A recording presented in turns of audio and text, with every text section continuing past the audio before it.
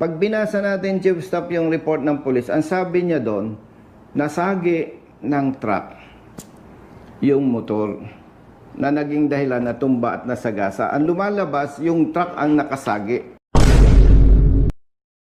Pero pag tiningnan natin yung video, hindi magsisinungaling yan. Oh. Yan na yung truck, maayos ang takbo.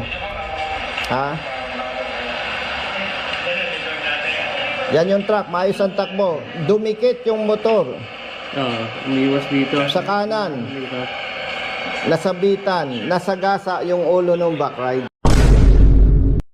Pag binasihan mo, brother, yung investigation, lumalabas, sinagi ng truck yung motor, kaya natumba, nasagasa, namatay. Pero titingnan natin sa video, hindi nagsisinungaling, maayos ang takbo ni truck, sumingit. Si motor